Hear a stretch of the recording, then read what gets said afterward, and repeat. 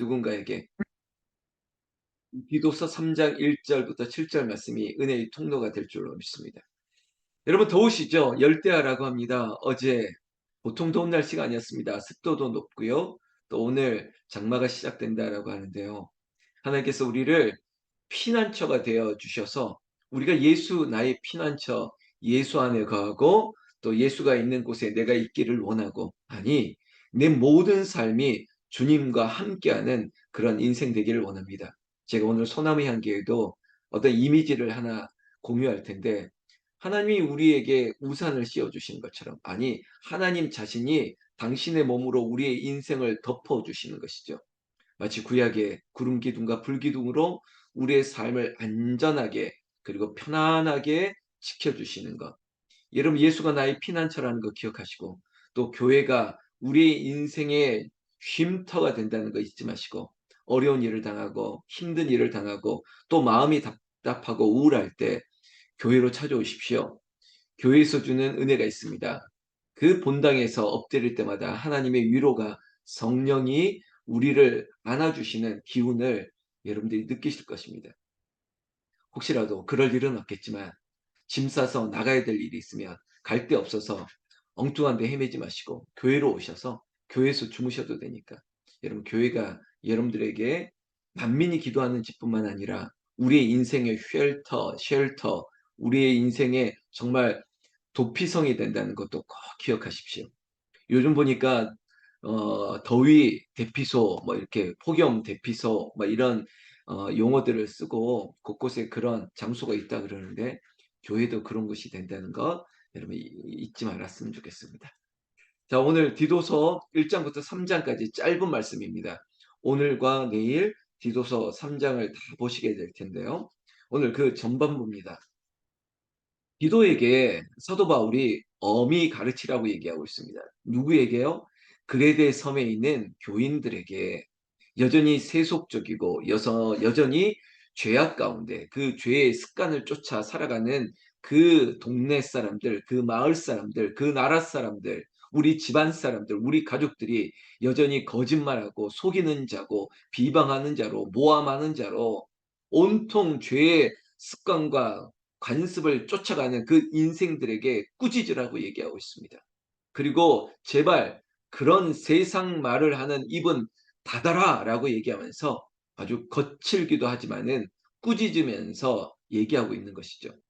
여러분 교회에서 항상 위로받는 것 좋죠. 그러나 또 교회에서 선지자적인 소리도 들어야 된다는 것입니다. 당신 죄인, 우리가 죄인입니다. 그리고 그렇게 살아가셔서는 안 됩니다. 여러분 구약의 선지자들의 외침들은 항상 인기가 없었습니다. 왜? 그들의 죄악을 그들이 고발했기 때문입니다. 그리고 죄를 회개하고 하나님께로 돌아오라고 외쳤기 때문에 인간적인 인기가 없을 수밖에요. 그러나 선지자적인 소리는 그 시대에 필요했던 것처럼 우리 시대에도 선지자적인 음성을 들어야 되는 것입니다. 늘 좋게 말하는 건 아니죠. 때로는 우리에게 엄히 가르쳐 주시는 성령의 준엄한 음성을 듣는 것입니다.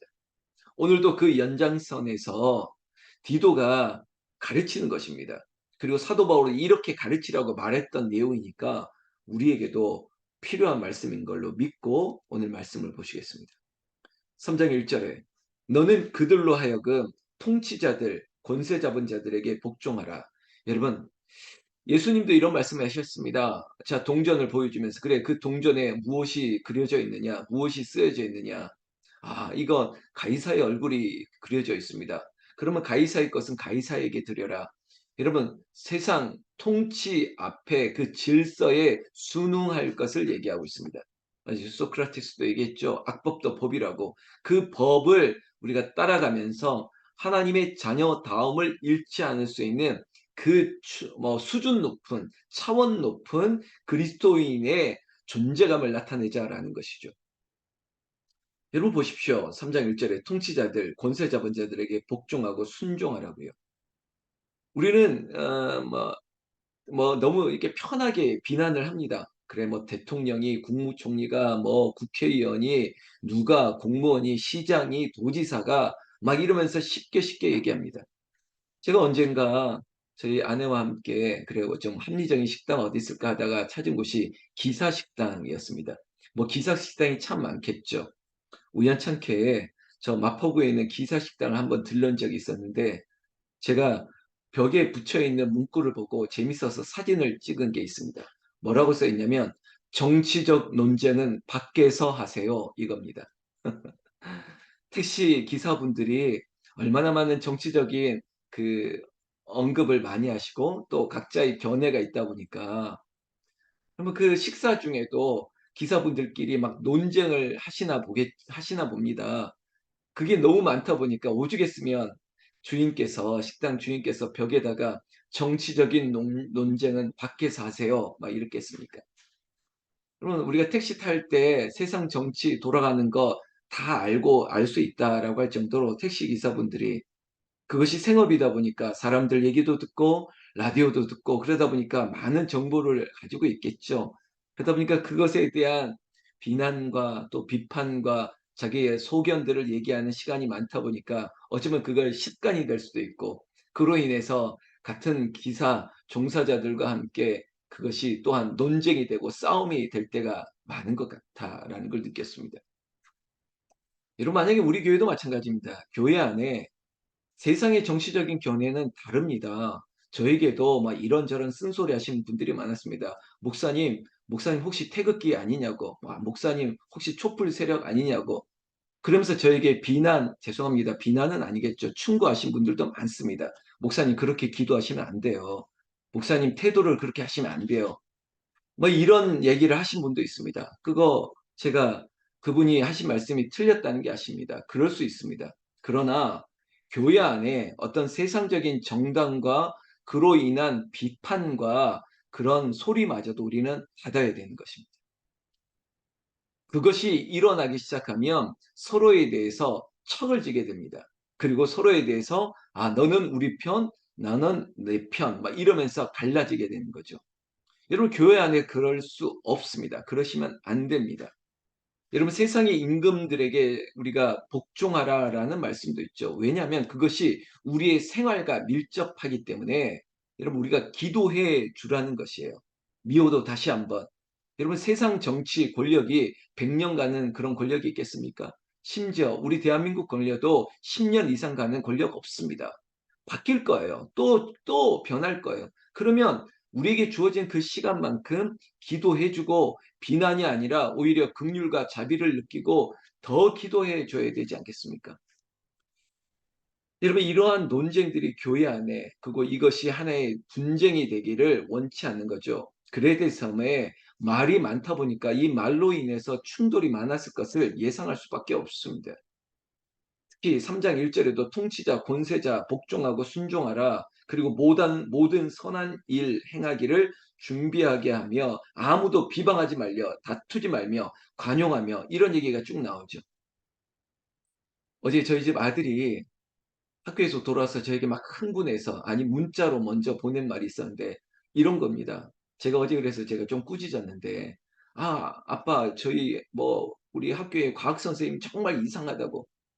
내가 수업 시간에 잠깐 이런 뭐 분명히 마땅히 해도 될 행동을 했는데 나를 지적하고 그리고 "너희 엄마 누구냐? 전화번호 누구냐?" 막 이러면서 자기에게 인격 모독을 했다고 막 이러면서 흥분을 하고 선생님에 대해서 이상하다고 저에게 막 어필을 하는 거예요. 제가 어떻게 얘기했겠습니까? "그래도 학교 선생님 선생님이야." 그러면서 저도 그러면 안 되는데 "아빠 때는 말이야 아빠가 너 때는 말이야 마대자루로 뭐 허벅지에 피가 나도록 맞아도 아무 말도 안 했어." 이러면서 "선생님은 그래도 선생님이셔. 그래서는 안 돼. 그래도 순종해야 돼. 그런 말 하면 안 돼." 제가 이랬습니다. 라떼는 이러면서 여러분 그래야죠. 그래야죠. 여러분 제가 꼭 어떤 정치적이나 어떤 문화적인 견해를 얘기하는 게 아니라 통치자들에게 아니면 우리 가정에서도 여러분 그렇지 않습니까? 헤드십을 인정하라고 남편에게 순종하라 복종하라 그것은 뭡니까? 권위를 세워 주라는 것이죠. 오늘 통치자들 그리고 권세 잡은 자들을 미워할 수 있습니다. 그럼에도 불구하고 순종하고 복종하라는 것입니다. 여러분 우리가 예수 믿는 사람이 좀 그랬으면 좋겠습니다. 오히려 이 질서를 순응하고 질서를 따를 수 있는, 제가 표현하지 않습니까? 수준 높고 차원 높은 그런 수준 아래에서 우리가 세상을 다스려야죠. 여러분, 오늘 날씨도 더운데 정치인들 행태들 보면 더 짜증나고 덥습니다. 그렇다고 그거 자꾸 언급하면 나만 손해예요.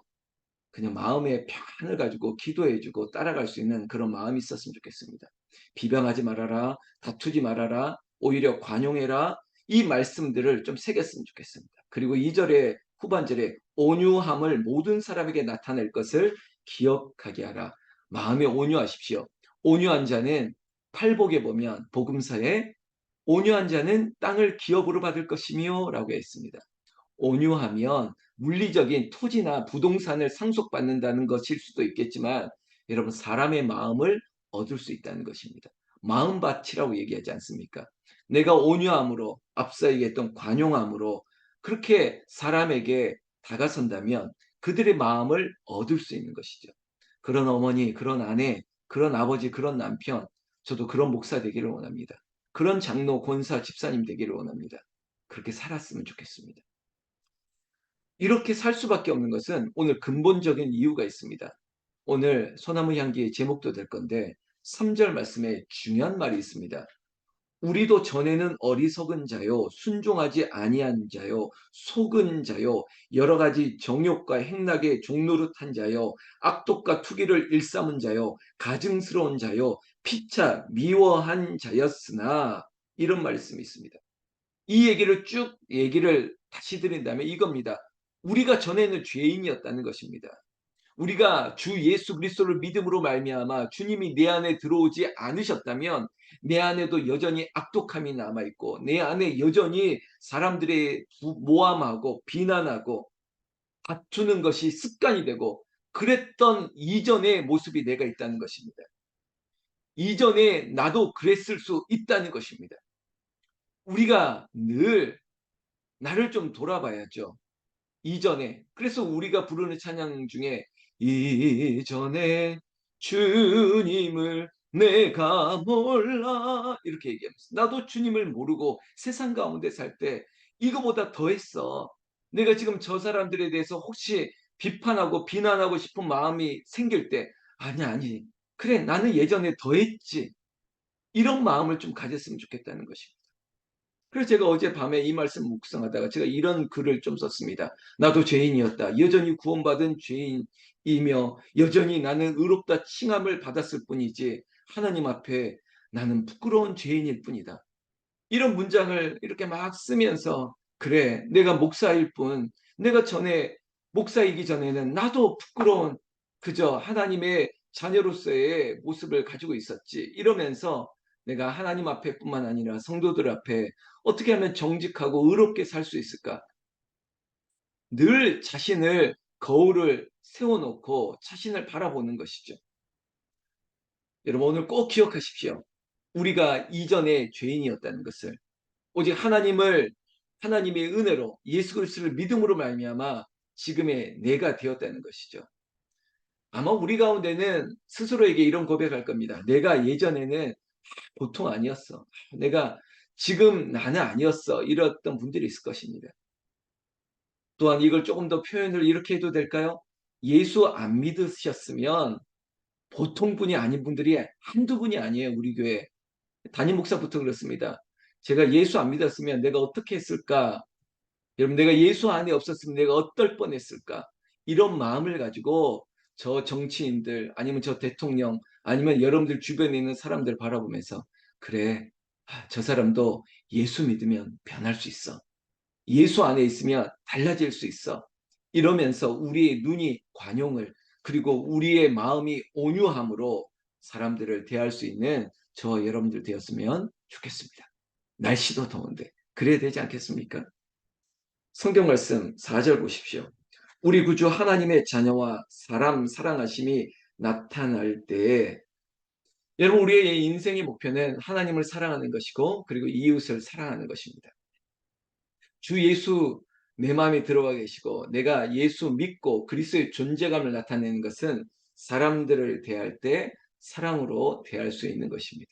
그래, 십자가의 사랑으로 바라보니 사랑하지 못할 사람이 어떻겠습니까? 용서하지 못할 일이 어떻겠습니까? 그런 마음이 우리 안에 있기를 원하는 것이죠. 5절 말씀. 우리를 구원하시되 우리가 행한 바 의로운 행위로 말미암지 아니하고 오직 그의 긍휼하심을 따라 중생의 씻음과 성령의 새롭게 하심으로 하셨나니. 여러분, 중생이라는 게 뭡니까? 영어로 한다면 born again입니다. 다시 태어나는 것이죠. 예수 그리스도를 믿으면 완전히 거듭나는 것입니다. 다시 태어나는 거예요. 다시 태어난다고요. 그러니까 이전에는 악독한 자였으나 이제는 온유한 자가 될 수 있었던 것은 거듭났기 때문이에요. 다시 태어난 중생, 중생은 어떻게 허락되는 것이냐? 믿음으로 말미암는 것이에요. 그리고 그 은혜로 말미암아 우리가 성령의 새롭게 하심으로 보라 새 사람이 되었도다, 여기에 이르게 되는 것입니다. 자, 6절 말씀. 우리 구주 예수 그리스도로 말미암아 우리에게 그 성령의 풍성이 부어 주사. 여러분, 구원받은 사람, 거룩함을 받은 사람에게 하나님께 그 거룩하심을 유지하기 위해서 성령을 보내 주셨습니다. 파라클레이토스, 그 성령은 우리 옆에서 우리를 도우시고 우리가 마땅히 빌바를 알지 못할 때 우리를 변호하시는 진리의 영이 되십니다. 그 성령이 우리에게 풍성히 나타난 바 되었죠. 성령과 함께 우리를 하나님과 자녀되게 하셨습니다. 7절 말씀, 오늘 마지막 구절이었는데요. 우리로 그의 은혜를 힘입어 의롭다 하심을 얻어 영생의 소망을 따라 상속자가 되게 하려 하심이라. 아멘. 여러분, 상속자가 되었습니다. 그저 우리가 그 구원의 서정이랄까요? 순서에 따라서 하나님께서 콜링하신 이후로 하나님께서 우리에게 중생을 넘어서 우리를 양자로, 우리를 상속자가 되게 하셨습니다. 여러분, 이 기업이 내 겁니다. 하늘나라가 내 거니까 마음이 여유가 생기는 것이에요. 영생의 소망을 내가 가지고 있습니다. 이 나라가 나의 것입니다. 이것이 내 안에 평안함을, 여러분, 조급하지 않습니다. 이거 하나님의 나라가 나의 나라인데, 이 세상이 나의 것인데 내 마음이 평안함이 넘칩니다. 기업의 상속자가 조급할 이유가 어디 있겠습니까? 이 회사에서 쫓겨날 수 있다? 그렇지 않습니다. 뭐 신데렐라와 같은 뭐 이상한 드라마들 많지 않습니까? 뭐 상속자 같은 드라마 많잖아요. 이런 거 보면 상속자들은 뭐 조급하지 않아요. 마음에 평안이 있어요. 왜? 나는 이 기업의 오너의 아들이고 이 기업이 나의 것이 될 것이기 때문에 벌써부터 태도가, 삶이 다릅니다. 여러분, 오늘 아무리 더워도 여러분 하나님의 주권 아래 있습니다. 하나님이 우리를 그늘을 막아주시고 우리의 인생의 폭우가 쏟아져도 하나님이 우산을 씌워주십니다. 왜? 나는 하나님의 자녀이기 때문에, 하나님 나라의 유업을 이을 자이기 때문에 하나님이 나를 붙들고 지켜주고 있다는 것입니다. 여러분, 그 마음을 가지고, 그럼에도 불구하고 우리가 이전에는 죄인이었다는 것입니다. 하나님의 은혜로 말미암아 의롭게 된 것이지 칭의지 내 스스로 의로운 것이 아니었기 때문에 우리는 늘 겸손해야 됩니다. 나도 죄인이었지. 나 같은 거지를 나를 왕자로 삼아 주신 거 아닙니까? 그 은혜를 기억하면서 하나님 앞에, 그리고 우리가 세상 사람들 앞에 사랑과 용서를 잃지 않은 그런 온유함과 관용이 넘치는 사람으로, 여러분들의 가정이 교회이기 때문에 그 가정 안에도 여러분들의 존재감을, 우리 교회 북한성계동 홍은절교회에서도 장로로, 권사로, 집사로 그 역할을 감당해주고, 목사, 전도사, 강도사도 마찬가지입니다. 나아가서 우리의 삶의 자리, 가게, 일터, 직장, 학교에서도 우리의 존재감이 나타나기를 우리 주 예수님의 이름으로 축원합니다. 축원합니다. 기도하겠습니다.